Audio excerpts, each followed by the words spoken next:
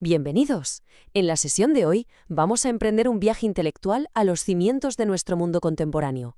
Nos adentraremos en las fuentes filosóficas del orden económico para tratar de comprender las ideas, a menudo en tensión, que dieron forma a lo que hoy conocemos como capitalismo. Y para guiar esta exploración, partamos de una pregunta que a mi juicio es fundamental. ¿Cuáles son exactamente los pilares filosóficos, las ideas, sobre las que se asienta nuestra compleja economía moderna? Comprender esta arquitectura conceptual, fíjense, no es en absoluto un mero ejercicio académico o teórico, es en realidad la clave para entender en profundidad el sistema en el que operamos cada día y los grandes debates que lo configuran. Bien, pues para empezar a encontrar respuestas tenemos que viajar en el tiempo. Debemos situarnos en un momento de verdadera ebullición histórica, las últimas décadas del siglo XVIII. Aquel fue un auténtico crisol, donde la Ilustración llegaba a su punto culminante, y al mismo tiempo una doble revolución, la industrial en el plano económico-material y la liberal en el plano político, comenzaba a demoler las estructuras del antiguo régimen, para dar a luz a un orden social radicalmente nuevo. Comencemos por el primer gran pilar de este nuevo mundo, la tesis, por así decirlo, de nuestro argumento, y esta es, por supuesto, el liberalismo. Si tuviéramos que buscar a su gran profeta en el ámbito económico, no hay duda de que ese sería el filósofo moral escocés Adam Smith. Es en su monumental obra donde la competencia, hasta entonces vista con recelo, se eleva a la categoría de virtud cívica, de auténtico motor del progreso. Fijémonos en esta cita de la riqueza de las naciones. Es sin duda una de las más célebres y también de las más reveladoras de toda la historia del pensamiento económico.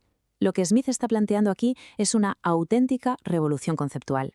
Nos dice, la prosperidad colectiva, el hecho de que tengamos nuestra cena en la mesa, no nace de la bondad o del altruismo de los productores, nace de algo mucho más terrenal, mucho más potente y fiable, el interés de cada individuo por mejorar su propia condición.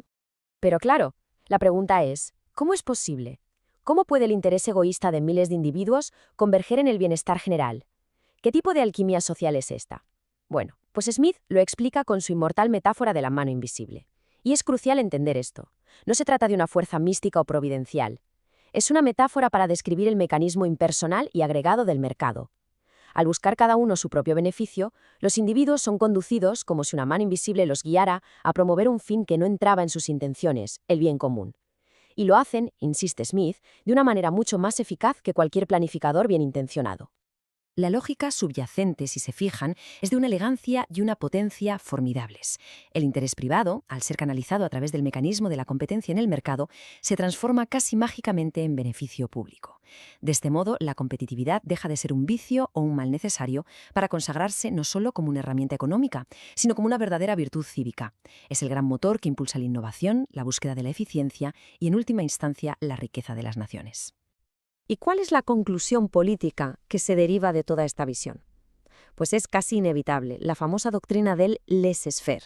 Esta expresión francesa, que significa literalmente dejar hacer, dejar pasar, resume la idea de que si el mercado es un sistema que se autorregula de forma tan eficiente, la intervención del Estado en la economía debe ser estrictamente mínima.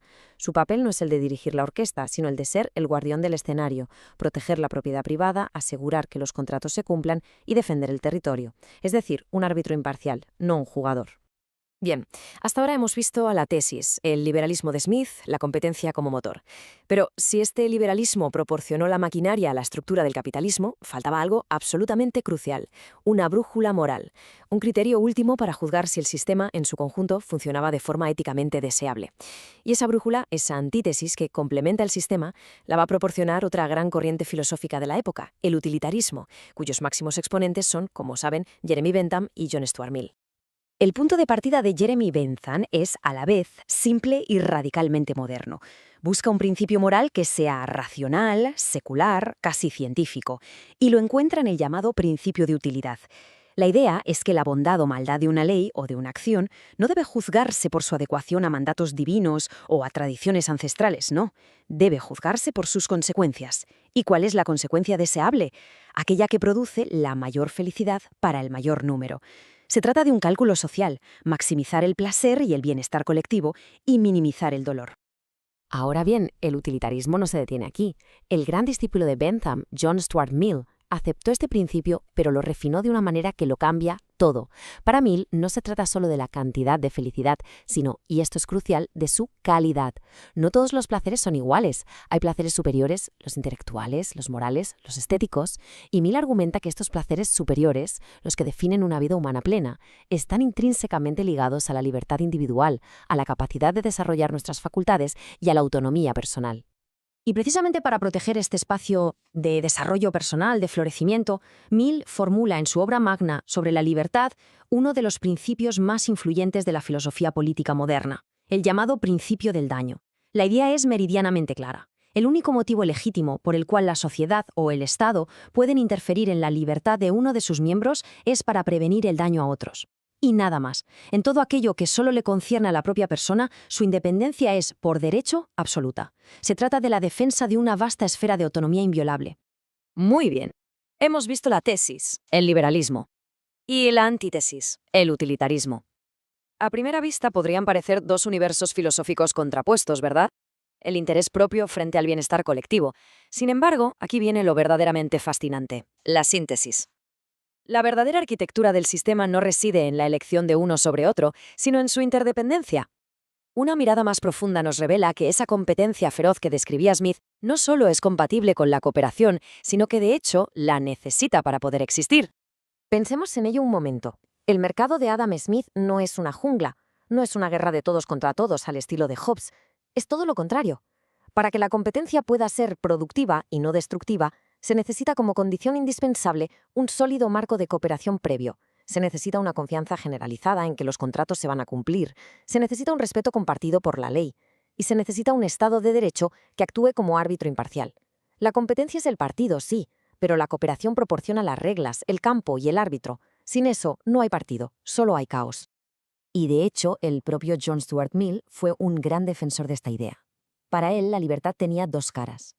No era solo una libertad de, es decir, la libertad frente a la interferencia del Estado. Era también, y esto es fundamental, una libertad para. La capacidad positiva de asociarse con otros, de cooperar para perseguir fines comunes.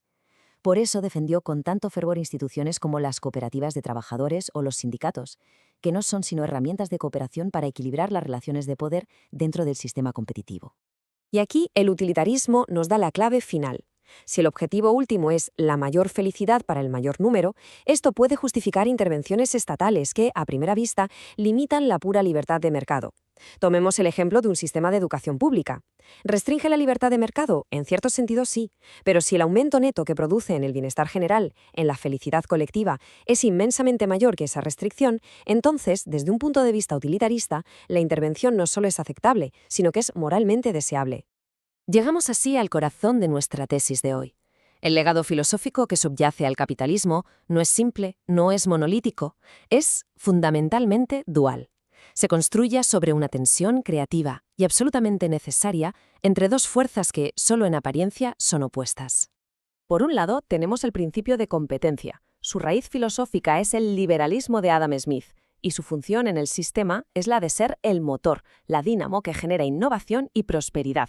Por otro lado, y con igual importancia, tenemos el principio de cooperación. Su raíz es el utilitarismo de Bentham y Mill, y su función es la de proveer el marco ético, las reglas del juego y el objetivo colectivo al que debe aspirar el sistema.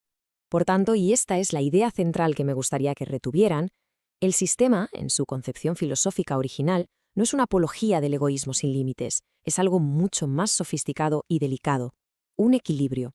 Un equilibrio que depende por completo de que la inmensa y a veces caótica energía liberada por la competencia individual sea constantemente canalizada por un sólido marco de cooperación y a la vez orientada por una brújula ética que apunte siempre hacia el bien común. Lo cual nos conduce, de forma inevitable, a una pregunta final. Una pregunta que, si me permiten, no voy a responder, sino simplemente a dejar suspendida en el aire para la reflexión. En nuestro complejo mundo del siglo XXI, ¿se mantiene todavía ese delicado equilibrio? ¿Hemos conservado esa tensión creativa entre competencia y cooperación?